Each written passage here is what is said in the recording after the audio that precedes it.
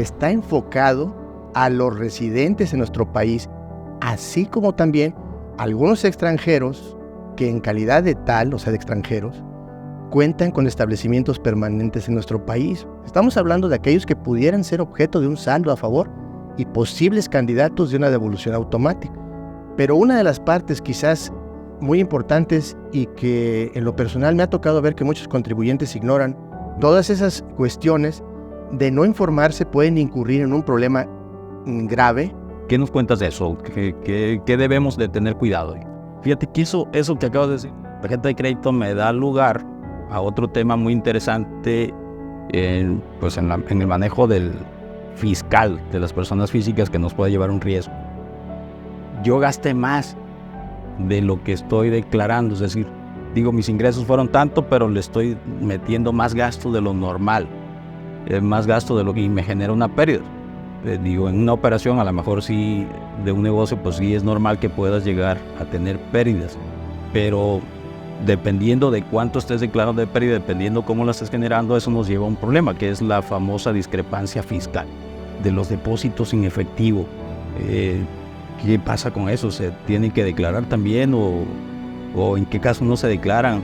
Pues claro, le llegó la invitación por parte del SAT para que especificara de dónde había salido ese dinero. En el caso de la discrepancia, ¿qué puedes recomendar para evitar eso?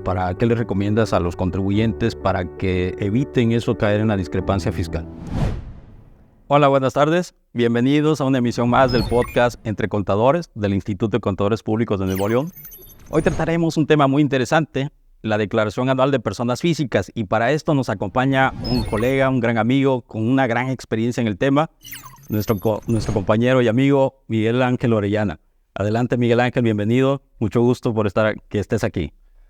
Muchas gracias. Mi nombre es Miguel Ángel Orellana, como lo acaba de decir mi colega Humberto.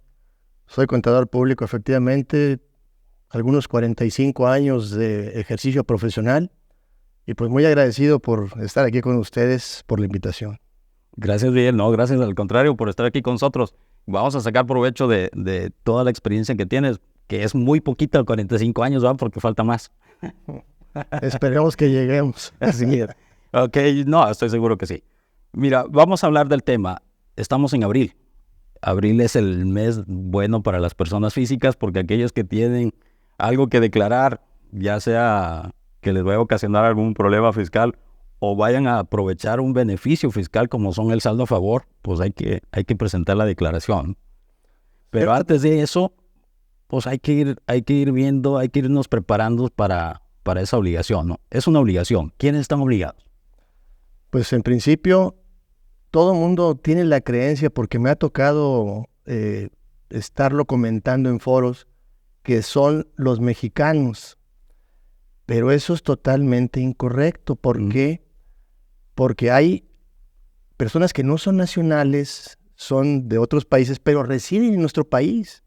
Por lo tanto, si tienen aquí su ejercicio, vamos a decir su actividad que les genera riqueza, pues aquí es a donde tienen que contribuir. Entonces, está enfocado a los residentes en nuestro país, así como también algunos extranjeros que en calidad de tal, o sea, de extranjeros, cuentan con establecimientos permanentes en nuestro país, porque a través de esos establecimientos, pues están generando riqueza, ingresos que tienen que acumular. Es decir, aunque sean extranjeros, eso no importa. Tienen que, por el hecho de residir aquí, así es, tienen que declarar. Y en el caso de los establecimientos permanentes, vamos a decir que ese punto, que lo podríamos considerar quizás como lo dije, punto de venta, o una sucursal, o algo similar que les está generando ingresos, también por esos ingresos tienen que contribuir. Perfecto. No, pues sí, hay que estar atento a eso. Entonces, en el caso de la declaración, ¿hay una fecha que se debe de respetar para eso? Efectivamente, las leyes nos ponen límites para el cumplimiento de las obligaciones. Es el caso de las personas físicas. Se supone que el mes de abril, vence el 30, sería el límite. Sin embargo, hay una regla que establece, no sé si exactamente si lo tomásemos a la literalidad, que de alguna manera te amplía el plazo, y voy a decir por qué. Cuando podemos ser objeto de devolución, automática si tú quieres. La regla lo que establece es que declaraciones normales y complementarias que se presenten hasta el 31 de julio, saldo a favor, ¿verdad? Sí. Entonces quiere decir que nos están de alguna manera perdonando el que no la presentemos hasta el 30 de abril. Claro está que si tienes un saldo a cargo, lo más probable es que puedas verte envuelto en un problema. Estamos hablando de aquellos que pudieran ser objeto de un saldo a favor y posibles candidatos de una devolución automática. O sea, de ellos sí, si no la presentan el 30 de abril, pueden presentarla posterior y tienen derecho a esa... Es que precisamente ese es el problema. Si nos vamos a la literalidad como establece, no únicamente complementarias, sino también normales. Ya. Eso implica, o sea, al ser expresivo, normal y complementarias antes del 31 de julio, pues a mí me da la impresión de que no habría ningún problema si presento mi declaración normal cuando muy tarde en esa fecha. Y todavía podría ser candidato a la devolución automática. Lo ideal es que se presente en la fecha, el 30, Totalmente independientemente, obviamente si tiene saldo a cargo, mucho mejor, porque pues si no le va a causar actualizaciones y recargos. De hecho, una de las cuestiones más importantes es la difusión, porque sabemos perfectamente que aquellas personas que no son contadores, que no están relacionadas con todas las cuestiones fiscales, pues evidentemente no se van a poner a leer una ley fiscal si no hacen ni siquiera lo que tiene que ver con el día a día, el derecho federal común, Sí. menos una fiscal. Pero también menos van a leer una regla. Entonces, yo creo que uno de los principales problemas que tenemos en nuestro país es una difusión adecuada para los contribuyentes que precisamente pues, no están informados. Ya, sí. Volviendo a la mecánica de la presentación, ya sabemos que todos estamos obligados, aquellos que estamos registrados en el RFC, y aunque no estemos, pues debiera de alguna manera, tenemos que analizarnos para ver si debiéramos estar registrados y contribuir o presentar la declaración, porque no nada más se declaran los ingresos y gastos. ¿Qué más se declara? Bueno, mira, eso es un punto que podemos ampliar de una forma más formal, podríamos decir, porque si nos vamos a las disposiciones fiscales, la ley primero que nada reconoce que ese es un establecimiento permanente. Uh-huh. Y en un establecimiento permanente no ubica a una persona que se encuentra registrada en el padrón de los contribuyentes. Ahí ubica precisamente los actos, el objeto de la ley, ¿verdad? Que si caes en el supuesto tienes que estar, vamos a decir, obligado a contribuir. Pero viéndolo desde ese punto de vista, pues obviamente si tenemos ingresos, pues tenemos que declarar ingresos que probablemente tengan también alguna relación para enfrentar a esos ingresos algunas deducciones, egresos finalmente. Pero una de las partes quizás muy importantes y que en lo personal me ha tocado ver que muchos contribuyentes ignoran y lo hacen de tal manera que llegan a un punto en el que piensan que uno como prestador de servicios quiere obtener más información de ellos, pero es exactamente algo que es para cumplir una obligación más, lo que es la parte informativa de la declaración. O sea, hay, vamos a decir, algunos aspectos que se deben de informar para no incurrir en un problema fiscal, como lo acabas de mencionar. Por ejemplo, tenemos los donativos o los préstamos, los premios, que esos obviamente son quizás consecuencia de algunos actos completamente inesperados, extraordinarios, accidentales, como los quieras llamar. Pero también hay algunos ingresos que son exentos y que pueden perder su calidad si no se informan, como es la enajenación de casa, habitación, los viáticos cuando se hacen a través de comisiones nominales, es decir, que se encuentran dentro de la nómina, o las herencias. Uh-huh. Todas esas cuestiones de no informarse pueden incurrir en un problema grave porque les pueden ocasionar al menos algo que tenga que ver en el aspecto económico, o sea, sanciones económicas. Sí, claro. De no cumplirse. Pero aquí el detalle es, como lo acabo de mencionar hace algunos instantes, no hay difusión. Sí, la difusión como que es un poquito, nada más se queda en la página del SAT, pero pues mucha gente no la ve, ¿no? Como que se debe ver un poquito más el panorama, las opciones donde las personas podamos ver ahí las obligaciones. Digo, una recomendación es esa, la página del SAT. Aquellos que no se han metido ahí, pues háganlo, porque ahí viene un apartado especial para personas físicas y te dicen todo lo que debes hacer. Ahora, volviendo al tema de lo que se informa, dentro de la ley, pues hay una serie de apartados dentro del título 4 de la ley del SR, donde vienen todos los tipos de ingresos que se informan. ¿Qué nos cuentas de eso? ¿Qué debemos de tener cuidado? Pues se tiene también clasificado de acuerdo a la actividad económica que cada contribuyente tiene.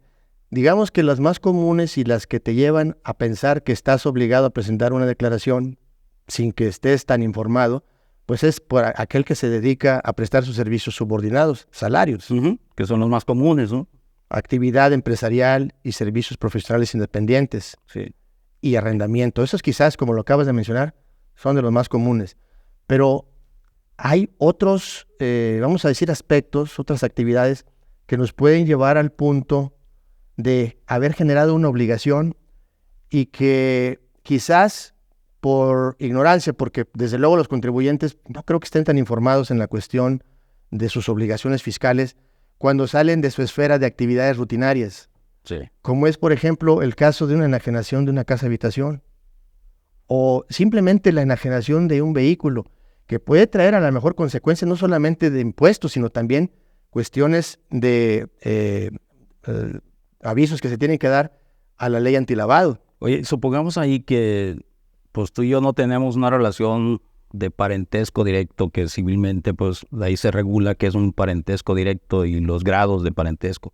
Si yo te doy ahorita te presto informalmente $1,000,000. Tú tienes que, yo lo saco de mi chequera y te lo hago llegar a ti, a tu chequera. ¿También tienes que informarlo eso? Claro, por supuesto, porque cuando la ley establece el término préstamo, mira, yo lo veo de esta manera, simplemente el utilizar una tarjeta de crédito es usar un préstamo, sí o no. Es un préstamo en cuenta corriente. Sí. Sin embargo, hay algunas personas que me ha tocado que dicen, no, es que crédito y préstamo es distinto. Pero yo creo que puede haber una situación comprometedora hasta en ese punto, porque la misma autoridad podría decirte, oye, ¿por qué no me estás presentando la información de tu utilización de la tarjeta de crédito? Finalmente es un dinero que debes. Sí. Fíjate que eso que acabas de decir, la tarjeta de crédito me da lugar a otro tema muy interesante, pues en el manejo del fiscal de las personas físicas, que nos puede llevar un riesgo.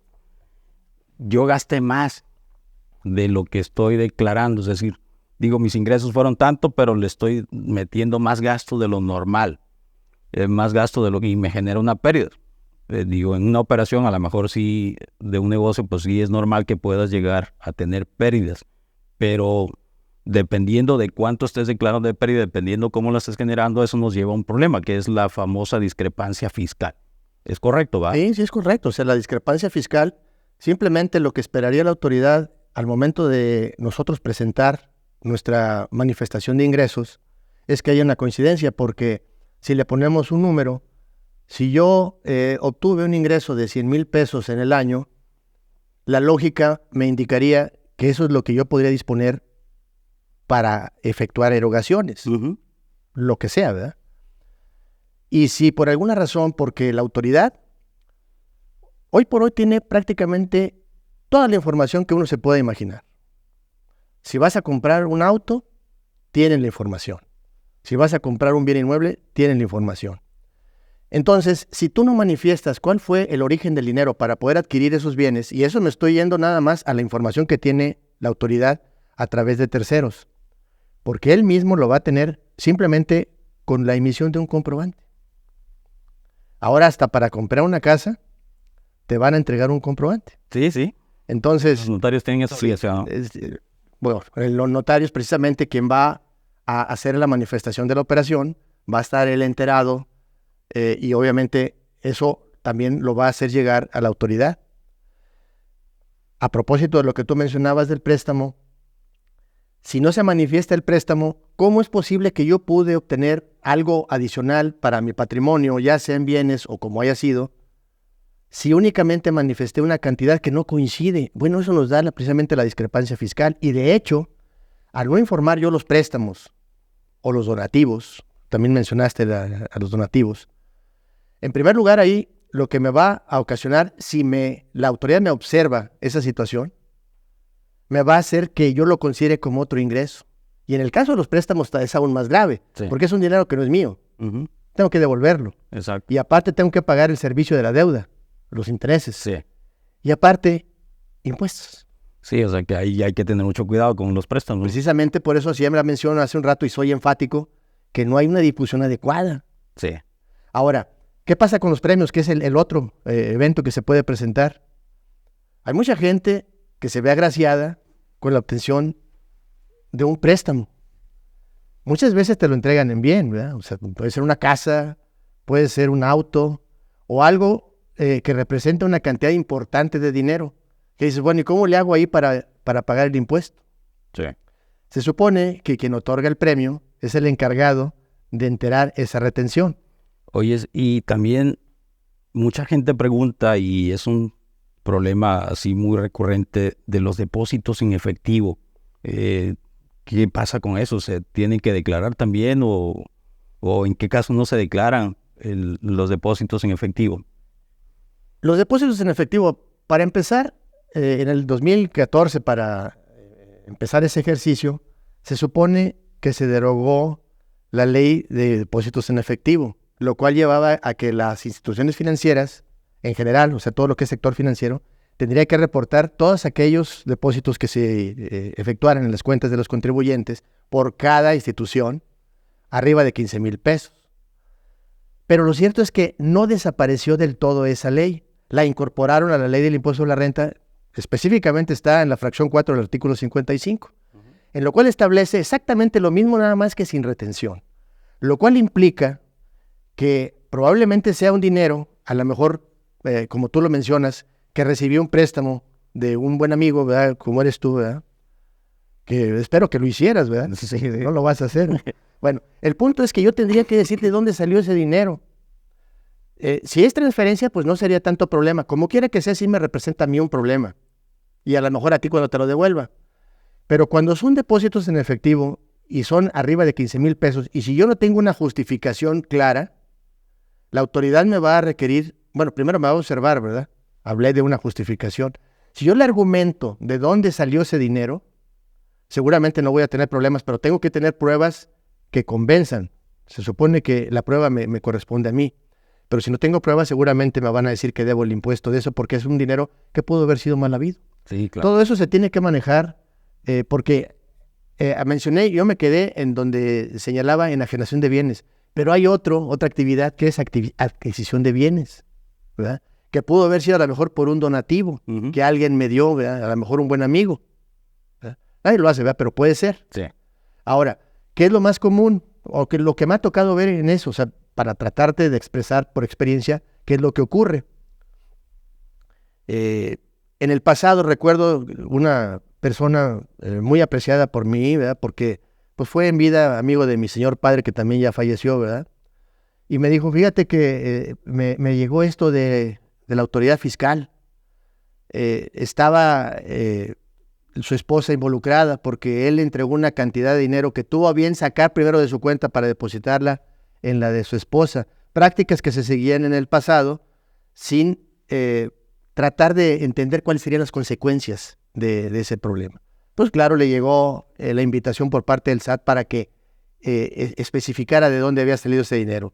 Claro, se pudo aclarar, ¿verdad? Porque donde sale de una cuenta de la otra y son ellos cónyuges, la misma ley permite que entre cónyuges, porque tú hace rato señalabas, o al menos me diste a entender que era entre parentesco en línea directa por consanguinidad, pero no, también lo permite en parte lateral cuando se trata de cónyuges únicamente, ¿verdad?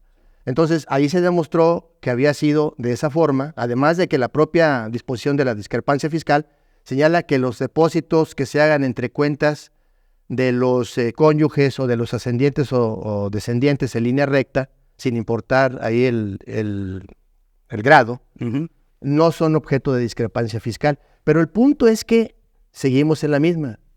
No hay una difusión adecuada que pueda de alguna manera hacerle ver a los contribuyentes que estén en esos supuestos que pueden corregir la situación, sobre todo si se previenen. Claro, sí. Y en el caso de la discrepancia, ¿qué puedes recomendar para evitar eso? ¿Qué le recomiendas a los contribuyentes para que eviten eso, caer en la discrepancia fiscal? Pues yo lo primero que haría es, y lo veo en los ejemplos que te puedo dar de los que acuden al despacho, ¿verdad? Para que les ayudemos a preparar sus declaraciones, pues es que informen todo, que no se detengan. Incluso hay algunos que dicen, oye, pero es que yo no le llego a los 600,000 pesos que te pone como tope. Le dije, sí, pero puedes caer en algún punto de suspicacia, ¿verdad? Que puedes de alguna manera superar si antes de que te observen, pues tú lo presentes. Oye, es que mi papá me dio 300,000 pesos, pues infórmalos. ¿Qué más da? Así es. ¿Verdad? Incluso yo he llegado al punto que le digo a las personas, voy a llamarles clientes, ¿verdad? Uh-huh. Si utilizas la tarjeta de crédito, infórmalo. Porque conozco gente, supongo que ustedes también, digo tú en particular, que hacen gala del uso de la tarjeta de crédito. Para todo la usan. Además de que esa es la tendencia que nos está pidiendo la autoridad que lleguemos, que utilicemos únicamente la tarjeta de crédito o de débito. Pero finalmente vámonos a la de crédito. Personas que en el año me ha tocado ver que consumen en gasto, ¿verdad? Más de los 600,000 pesos, pueden llegar 5 millones, 10 millones. Infórmalo. Sí, lo importante es informar. O sea, la declaración está así. O sea, lo que debes informar, tus gastos, tus ingresos, tu resultado y luego los demás datos informativos para evitar ese problema. Que son parte de la declaración. Que son parte de la declaración, exactamente. Incluso porque puede ser, y esto va para aquellas personas que por alguna razón no son contribuyentes activos, pero que caen en los supuestos, tienen que informar. Oye, qué bueno que mencionas a los dos contribuyentes, porque hay personas, hay trabajadores que le prestan servicios a otras personas físicas o morales que no son obligados a retener. Entonces no les retienen el ISR o lo reciben un pago del extranjero y no están declarando aquí en México la persona que le está pagando. En esos casos, ¿qué hace esa persona física que está en esa situación? Desde luego que la ley previene esa situación. Es muy clara en ese aspecto. Dice, cuando tú generas un ingreso y que proviene del extranjero, uh-huh, desde luego que el retenedor pues no puede ser el del extranjero. Sí. Es cierto que la fuente de riqueza a lo mejor proviene del extranjero, pero aquí se genera el ingreso. Entonces, en ese caso y en el supuesto, ¿quiénes son primero que nada los que no están obligados a retener? Ya mencionamos los del extranjero, pero internamente, es decir, dentro del territorio nacional también hay algunas personas que no están obligadas a retener. Y no es difícil entenderlo. Por ejemplo, ¿qué es lo que hace una embajada de cualquier país en nuestro país? Obviamente lo que busca es tener lazos de amistad en principio y quizás comerciales con nuestro país. Lo mismo lo hacen los consulados o las misiones diplomáticas. Me voy a detener tantito en cuestiones de lo que es la diplomacia. También hay misiones que vienen con un propósito muy particular. Por ejemplo, las misiones, vamos a decir, humanitarias, como es aquella organización de la protección a la infancia o la misma organización de las Naciones Unidas. ¿Ellos no retienen? No. Pero a quienes no retienen, pues obviamente, tanto las misiones diplomáticas como las misiones humanitarias o deportivas o de salud, vienen aquí y tal vez requieran de los servicios de residentes nacionales, específicamente mexicanos si ustedes quieren. Y obviamente les van a pagar sus servicios, que son subordinados. La ley los exenta a ellos de que retengan, pero no a la persona que recibe el ingreso a que tenga que pagar un impuesto. Sí. De hecho, no nos debemos de esperar hasta el anual porque señala claramente que tiene que autorretenerse, por llamarlo de alguna manera, uh-huh, y presentar su declaración mensual y hacer su pago.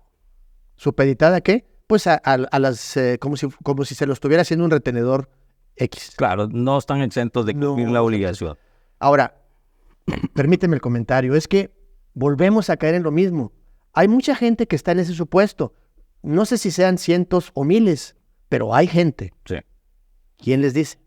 No hay una difusión adecuada. ¿Y cómo sería esa difusión si entráramos? Porque está la página del SAT. ¿Qué otra sería la mejor forma de dar esa difusión? Mira, la difusión yo creo que no le corresponde a la autoridad si eso es por donde tú vas. Pero hay preguntas y respuestas y está la página. Sí. El problema quizás se lo dejan al contribuyente. Él es quien tendría que estar averiguándolo. Pero, siendo honestos, no lo hacen. O no lo hace una gran cantidad de personas. Correspondería... Yo creo que la autoridad debería ser partícipe de alguna manera. O sea, porque, por ejemplo, cuando yo estoy en el supuesto, no necesariamente tiene que ser mi cliente. Si alguien me pregunta, desde luego le respondo. Inclusive en foros, aquí mismo en el instituto y en otros lados, lo he externado. Pero seguimos viéndolo solamente con personas que están involucradas en nuestra profesión. Pero aquí sería, sí, aprovechando este foro, sería cuestión de hacer un llamado también a los colegas, a los contribuyentes que lleguen a ver esta entrevista, que sí estoy seguro que muchos lo van a ver, que tomen eso, que indaguen, que no se queden nada más con lo que le informe el contador, o si tienen un contador especialista, pues que estar siempre haciendo las preguntas adecuadas para estar informado, ¿no? Yo creo que eso es lo más recomendable, porque sí, no tenemos, ni los contadores a veces tenemos ese acceso porque no lo hacemos, o porque desconocemos a veces que hay esa información. Pero bueno, es una invitación para que los que estén en esa situación, pues indaguen, ¿no? Sí. Pero vamos a avanzar en el tema ya del resultado de la declaración. Cuando me sale a pagar, ¿tengo alguna facilidad como contribuyente para ese pago? Sí, o sea, nuevamente lo volvemos a extraer de... O sea, si lo vamos a ver en la ley no establece nada de eso. Uh-huh. Si te sale una cantidad de cargo, simplemente la tienes que pagar. Pero las reglas, el ejecutivo, vamos a decir que está facultado a generar ciertas disposiciones. Facilidades. ¿Sí? Sí, facilidades. Uh-huh. Pero vamos a verlo desde el punto de vista de reglas, ¿verdad? Para poder distinguir entre lo que son facilidades administrativas y lo que son reglas. Dentro de las reglas, ellos dan una facilidad al contribuyente. Uh-huh. Claro está que en el entendido de que se va a responsabilizar de efectuar esos pagos, le va a dar hasta 6. Después del primer pago, pueden ser 2, 3, 4 o hasta 6, y le va a generar un recargo. Un recargo ya está establecido también en la ley federal en la ley de ingresos ¿cómo se llama? La ley de ingresos de la federación. Uh-huh. Que es un recargo cómodo. No es tan oneroso. Lo puede pagar. Aquí el problema es que tenemos que estar con la claridad de que tenemos un compromiso. Son 6 pagos, 6 fechas distintas. Uno de los pagos que se te pasa y te vas a meter en un problema. Necesitamos estar atentos y eso podría ser en un momento dado pues perjudicial para el contribuyente, porque no es tan fácil obtenerlo. Tendríamos que, en el pasado que me ha tocado verlo, no sé si sigue siendo igual, yo creo que sí, es a través de un servicio solicitarlo. Uh-huh. Pero volvemos a lo mismo, o sea, pues, colegas, contadores, hacer esa recomendación a todos los contribuyentes que inclusive pues estén atentos a esos pagos, y de no estarlo, pues pueden obtener una posibilidad de resarcir la situación en la que se pueden ver envueltos a través de un servicio que se puede solicitar en la misma página del SAT. Sí, ok. Ahora, del lado contrario, cuando tienes saldo a favor, ¿qué recomiendas así de manera muy específica, muy concreta, para que el contribuyente, el que tenga ese saldo a favor, lo pueda recuperar de inmediato? Bueno, aquí lo que tendríamos que ver, por ejemplo, si se trata de una persona que tiene actividad fiscal constante, vamos a decir alguien que esté en actividad empresarial o servicios profesionales independientes, incluso arrendamiento, pues lo más rápido es la compensación. Uh-huh. O sea, una vez que tengas declarado el saldo a favor, ya lo puedes compensar. Sí. Eso sería lo más rápido, ¿verdad? Uh-huh. Ahora, pues existe también la famosa devolución automática. Ándale, esa devolución automática que todo el mundo espera, ¿no? Que te lo devuelvan así de inmediato, ¿no? ¿Ahí qué deben hacer para aprovechar ese recurso? Bueno, primero que nada, pues debemos de ver si está dentro de los supuestos. Uh-huh. En la ley no establece nada de eso. Todo viene en las reglas otra vez, llegamos a lo mismo. Marca una distinción entre lo que puedes hacer sin tener la firma electrónica, que es un importe desde $1, que yo creo que nadie lo va a solicitar, ¿verdad? Uh-huh. Hasta 10,000. Ahí no necesitas utilizar la firma electrónica. No, únicamente con la contraseña del registro. Con eso sería suficiente. Ahí el detalle que también antes de continuar con la respuesta que te estoy dando, en el sistema se está presentando situaciones muy complejas para poder acceder al formato electrónico. En algunas ocasiones no te da acceso con la contraseña. O sea, yo sí he estado envuelto en eso y estuve siendo un caso muy particular que era muy importante, porque era una persona que ya le habían cancelado la firma electrónica. Estuve batallando hasta que me dio acceso. Hay otros que con suma facilidad entran, ¿verdad? Sí. Pero cuando eso ocurre, que no te da acceso, con la firma electrónica puedes entrar también al formulario y ya con eso lo resuelves. Ahora, para aquellas personas que tienen un saldo a favor entre 10,000 pesos, bueno, arriba de 10,000 pesos, 10,000 pesos, hasta 150,000 pesos, pueden ser candidatos también a la devolución automática, sin necesidad incluso de la firma electrónica. Cuando existe un antecedente, por ejemplo, en el ejercicio anterior, que hayan enviado su declaración con la firma electrónica y que no hayan cambiado de cuenta donde aspiran a que les hagan la devolución, pueden también mandarla con la pura contraseña, no habría problema. Eso está Eso está muy bien, o sea, es una buena facilidad, ¿no? Desde luego, pero aún así, la mayoría ya cuenta con la firma electrónica. Yo creo que es mejor mandarla con la firma electrónica porque puede ser también algún argumento por parte de la autoridad y evitar ese cuestionamiento, pues sería mandarla con la firma electrónica. Sí. Arriba de 150,000 pesos tiene que ser a través del método convencional. Del trámite de devolución. Así es. Y que desde $1 hasta lo que quieran, todo es con firma electrónica. No hay nada que se pueda hacer por el método convencional si no cuentas con la firma electrónica. Ahora, hay otro tema también como aprovechamiento fiscal, que son las deducciones personales.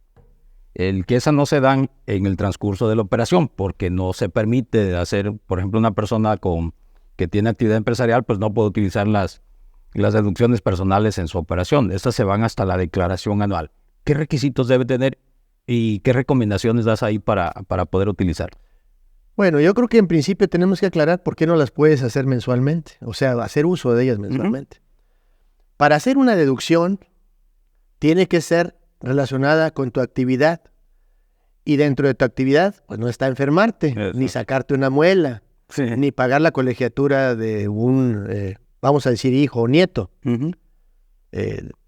Algo que esté relacionado con la actividad rutinaria que tienes, pues desde luego esa sí podrá ser objeto de que la puedas aplicar como una deducción en tus actividades normales. Precisamente por eso te dicen, bueno, pues vamos a llevárnoslas hasta el anual y es donde posiblemente se pueda generar un saldo a favor. Probablemente pudieran ser de orden aplicativo. Yo no le veo el inconveniente al final del día, ¿verdad? Pero a lo mejor con el control que le pusieron a partir de 2014 precisamente del límite mencionabas, o sea, como parte del requisito, y es que está condicionada a que no debe de ser superior a 5 unidades de medida y actualización, que es alrededor de 190,000 pesos, por ahí del número, ¿verdad? O del 15% del ingreso, pero es la que resulte menor, así es. ¿Verdad? Entonces, por ejemplo, si una persona gana 6 millones de pesos, pues imagínate, tendría 900,000 pesos de posibilidad de deducción adicional personal, ¿verdad? Sí. Y no es el caso. Él se tendría que sujetar a los 180,000 y tantos mil pesos que puede incluir. O una persona que gana 600,000 pesos. O sea, pues dice, oye, pues puede meter los cerca de 200. No, son 90,000 pesos, porque ese es es la que resulte. ¿Y cuáles son? Gastos médicos, gastos dentales, gastos hospitalarios. Hay también algunos adicionales que se hacen para algunos, vamos a decir, problemas muy específicos cuando hay alguna incapacidad, etcétera, ¿verdad? Otros son los donativos, que también, aparte de tener una condición específica, que es el 7% de los ingresos que se hubieran acumulado en el ejercicio anterior, se sujetan a estos que acabo de mencionar. También están el seguro de gastos médicos mayores, que sigue también estando sujeto a lo mismo. Los gastos de función, no sé si ya los mencioné, pero también tienen una, vamos a decir, limitación particular, que es hasta una unidad de medida de actualización, que andan por ahí del orden de 40,000 pesos, quizá un poco menos. Y los que quedan fuera de esta limitación de la que acabamos de mencionar, pero que tienen su propia limitación, pues podrían ser, por ejemplo, los depósitos adicionales que se hacen en los afores. En las cuentas de labor. Ajá, que tienen, si no mal recuerdo, son 5 UMAS, por ahí de los 180 y tantos mil pesos. Y hay unas cuentas especiales para el ahorro que poca gente las conoce y puede utilizarlas como una deducción también personal, que es algunos depósitos que se hacen, se llaman cuentas especiales para el ahorro en algunas instituciones que autoriza el SAT precisamente, en los cuales puedes, en un año puedes tú disminuir hasta 152 mil pesos con la idea de tener un ahorro a futuro, Sí. una pensión, un ahorro. También están las colegiaturas, ¿esas van también por separado, son adicionales? Así es, esas van por separados y su límite va de acuerdo al nivel de escolaridad que tienen, pero también la condición que en ambas, tanto en la que es gastos médicos y en la de las escuelas, ¿verdad?, tienen que ser con algo pagado que no sea efectivo. O sea, debe ser cheque, debe ser tarjeta de crédito, tarjeta de débito, transferencias bancarias. Y en el caso de las colegiaturas, pues hay, como lo mencioné, por niveles académicos, primaria, secundaria, preparatoria, y creo que también estaba lo que es, se llama, no es precisamente el área profesional, tiene otro nombre, es como algo previo. Y tiene cada uno su limitación, pero tiene que ser únicamente a descendentes y además, como requiere con un comprobante, tiene que ser por algunas escuelas que se encuentren dentro del sistema, que se encuentren con el reconocimiento de validez. Y aprovechando que dijiste los comprobantes, también es importante agregar que cuando se pide el comprobante se pide de forma correcta. Es decir, las deducciones personales pues no son como los demás FDIs, tienen sus claves de que deben de utilizarse y sus formas también de pago que también vale la pena considerar, porque hay algunos contribuyentes que a la mera hora se andan quejando de que, oye, yo pagué un gasto médico pero no me apareció en la declaración anual, o hice este pago y no me apareció porque le puse un uso del CFDI distinto a lo que es la deducción personal. Y no es solamente el uso, también es la clave del servicio. La clave del servicio. Sí, porque si la clave del servicio te ponen algo distinto, por ejemplo, dicen servicios, así nada más, ¿verdad? Sin que sean médicos, por ejemplo, no te lo van a reconocer. Ya. O sea, son las dos cosas. Incluso, yo particularmente le he dicho a los contribuyentes, y es una cosa muy importante, que revisen el comprobante antes de que pues ya lo den por válido. Porque muchas veces pagaste con tarjetas de crédito y por comodidad te lo pusieron como efectivo. O te lo pusieron sin efectos fiscales. Hijo de eso. Es muy común y de hecho luego hasta se molestan con las personas que los están apoyando. Me ha pasado a mí en lo personal, pero he sabido también de otros colegas. Pero pues no somos responsables. O sea, nosotros lo que tenemos que estar es pendientes de que ellos pues estén enterados de lo que tienen que hacer. Otra vez caemos en el supuesto de la difusión. Pero realmente aquí el que vamos a decir que es el que tiene la culpa es el contribuyente por ser omiso en una revisión tan sencilla, tan simple, que cuando pagan, pues lo revisan. Oye, yo estoy de acuerdo, si no, pues necesito que me des otro comprobante. Bien, Miguel, el tema da para mucho, pero ya nada más quiero preguntarte algunos 3 puntos ahí interesantes que no quiero que se nos vayan. Para presentar la declaración, los formatos, ahora obviamente todos son electrónicos, el papel ya quedó a la historia. ¿Se han presentado algunos problemas ahí o está funcionando la página correctamente o que hay que tener cuidado ahí con la plataforma del SAT? Pues sí, desafortunadamente sí ha habido algunos problemas, pero primero sí hay que decirlo porque también es cierto, ¿verdad? El formato electrónico pues, obviamente vino a ayudar en mucho, porque pues en el papel te equivocabas y tenías que volver a llenarlo y cuando mejor te iba simplemente hacer la corrección ahí muy, muy breve. Ahora pues es muy fácil porque te permite incluso sacar una impresión previa para que tú puedas tener la oportunidad de revisarlo. De lo que yo he visto que se ha presentado de problemática, ya mencioné algo, es la posible entrada a través de la contraseña. En algunos casos no he podido, y no importa que tengan la firma electrónica, la tengas o no, algunos no están teniendo acceso, incluso utilizando la misma firma electrónica. ¿Por qué? No lo sé. O sea, obviamente esa base de insistencia es como entras, y eso pues algunas veces pues puede ser a lo mejor desesperante, porque te encuentras con que te marca que el certificado está vencido, o la entrada no se pudo ¿cómo se llama?, proporcionar, etcétera. Eso es lo que puede pasar. Pero uno de los principales problemas que sí he encontrado y que ha sido no tan fácil de arreglar es cuando por alguna razón tienes un acto accidental que tienes que revelar, como puede ser la enajenación de una casa habitación, o la adquisición de un bien, un premio, un dividendo, ¿verdad? Sí. Sobre todo en equipos nuevos, te marca un error en la comunicación y te saca. Ya. ¿Cómo lo hemos solventado este problema? A través de equipos, vamos a decir, antiguos. Con el que yo he tenido facilidad para poder hacer es uno que empezó a utilizarse en el 2007. Entras ahí y sí, me permite avanzar perfectamente. Entonces eso sí puede ser a lo mejor una recomendación para todos los colegas, que a lo mejor utilizando un equipo antiguo pueden solventar ese problema en particular. No se me... Pero hablando ya de la base electrónica, hay información ya precargada también que se utiliza, pero también tiene la opción de modificarse o no sé si esté estrictamente ya lo que esté ahí ya no se pueda modificar. No, sí se puede modificar, por supuesto.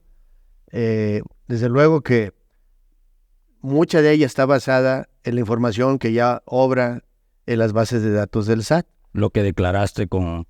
Sí, así es. Por ejemplo, en el caso de salarios, pues ya viene la información precargada. En el caso de actividad empresarial y profesional o arrendamiento, también ya trae los ingresos que cada quien manifestó, porque se supone que la base de los ingresos de los contribuyentes, personas físicas, pues es el flujo de efectivo, en términos generales, porque hay algunos en el que se tiene que manejar por devengado, Sí. pero son casos muy particulares. Ok, y en el caso de salarios, ellos tienen como un trato muy especial también, porque hay quienes están obligados a presentarla, pero hay quienes no están obligados a presentarlas y quieren hacerlo. Ahí cómo se deben de proceder para no tener problema. Bueno, los obligados se va a dar por varias situaciones. Primero que nada, es por aquellos que rebasan el importe, que son 400,000 pesos. Pero también el hecho de que tengan, aparte de la actividad de salarios, otra actividad, por ejemplo, intereses, eso podría ocasionar que tengan que presentar una declaración, aunque en el título de la declaración anual también te señala montos. Dice, si tienes nada más 100,000 pesos de intereses y, por ejemplo, tienes 300,000 de salarios, digo, es para ejemplificar únicamente, ¿verdad? Se dan los 400, pero ahí te está diciendo no lo presentes, porque no habría un problema aún y cuando tienes dos actividades. Uh-huh. Pero si tienes otra, por ejemplo, si tienes salarios, si tienes actividad empresarial o tienes arrendamiento, tienes honorarios, eso te obliga a que tengas que presentar la declaración sin importar cuánto generaste de salarios. Ahora, en el caso de salarios, únicamente por salarios, así que hayas rebasado los 400,000 pesos, hay una facilidad que también en las reglas establece que no tienes que presentarla. Cuando no rebasas. No importando que lo rebases. Ok. Pero siempre y cuando nada más hayas estado con un solo patrón y que no tengas un saldo a cargo, ¿verdad? O sea, que el patrón haya hecho el ajuste anual. Sí. Que tengas todos los comprobantes y que no rebases de 20,000 pesos de ingresos por intereses nominales. Pero aquí sí vale la pena aclararlo, que tiene sentido que te digan que cuando tienes dos actividades o dos patrones, es porque cuando tú hagas tu cálculo, pues evidentemente pues vas a caer en otro rango de la tarifa. Sí. Es el porqué de esa situación. Y en el caso de los intereses, que el mismo título del cálculo anual te señala que no tengas que hacerlo, es porque fuiste sujeto a una retención, que la retención seguramente en el caso de que no presentes la declaración, pues se quedaría como definitiva. Ya, ok. Y en el caso de un trabajador que no presentó su declaración y el patrón hizo ya los cálculos ahí, pero tuvo saldo a favor, ¿puede presentarla después para él recuperar? Sí, o sea, por ejemplo, el patrón le pudo haber hecho el ajuste. Ya se supone que quedaron, vamos a decir, sin saldos a cargo o a favor, pero si tiene deducciones personales, la misma regla que señala que puede ser sujeto de una devolución automática, ahí establece que si tienes la posibilidad de tener saldo a favor, aun y cuando hayas informado o no al patrón de que vayas o no a hacer la declaración, podrías hacerlo. Eso es precisamente de los aspectos que te podría favorecer para que, sin importar, como era en el pasado, que el patrón había declarado, ya no eras candidato a que te hicieran una devolución. Aquí se supera eso. Además de que si por error marcaste compensación en vez de devolución, te permite que hagas una complementaria y todavía puede ser sujeto. Cambiándole para devolución. Así es, también podría ser sujeto. Hay un detalle más. En el caso de salarios, que también creo que vale la pena, porque muchas veces revisamos la constancia de una persona que está en salarios, pero únicamente salarios, y no coincide su domicilio con el que actualmente habita. Bueno, esa regla también permite que no importa que el domicilio no sea el correcto y puede ser sujeto de la devolución, incluso de la automática. Era muy bien, entonces las reglas misceláneas, que sí es un recurso jurídico a favor del contribuyente, que podemos recurrir ahí para aprovechar todo lo que nos favorezca, ¿no? Así es. Bien, Miguel, estamos por cerrar, pero algo que se nos escape y que quieras puntualizar. Bueno, precisamente abordando una de las preguntas que me comentaste hace un rato, en torno a que si hay o no hay problemas, sí ha habido problemas para accesar a presentar la declaración. Y una de las principales recomendaciones, pues primero es pues no esperarse al final, ¿verdad? O sea, si pueden hacerlo antes de que venza el plazo, pues sería mucho mejor. Pero, por ejemplo, porque ha habido también preguntas que me han presentado en algunos foros, me dicen que en horas hábiles también hay mucha saturación, y es cierto, o sea, a veces precisamente los problemas es eso de que el certificado no está vigente o que no se ha podido hacer la entrada o algo así, ¿verdad? Se da precisamente porque se conglomera los usuarios. Y la plataforma hay que evitar la saturación para no tener problema. Sí, entonces en ese punto, pues bueno, lo que me ha tocado ver cuando es muy importante la presentación de una declaración en cierto momento, pues lo pueden hacer antes de las horas hábiles, porque de hecho está toda la madrugada el portal abierto. También podrían hacerlo, claro, a lo mejor no es la opción más adecuada. Y también me ha tocado ver que después de las 7 de la tarde se encuentra un poco más desahogado y sigue la intermitencia. Perfecto, Miguel. ¿Algún correo electrónico que quieras compartir para si alguien tiene una duda y te quiera consultar? Bueno, si en algo les puedo servir sobre preguntas muy concretas, con todo gusto estoy para atenderlos. Mi correo es morellana@dmmconsultores.com.mx. Excelente, Miguel. Oye, pues te agradecemos bastante la entrevista y que espero que esta sea de mucha utilidad para todos los colegas, para todos los compañeros contadores aquí del instituto, y no nada más al instituto, para todos aquellos que vean esta entrevista. Miguel, te agradecemos mucho. Gracias a ustedes. Y gracias por estar aquí en una emisión más del podcast Entre Contadores del Instituto de Contadores Públicos de Nuevo León. Hasta la vista. Muchas gracias.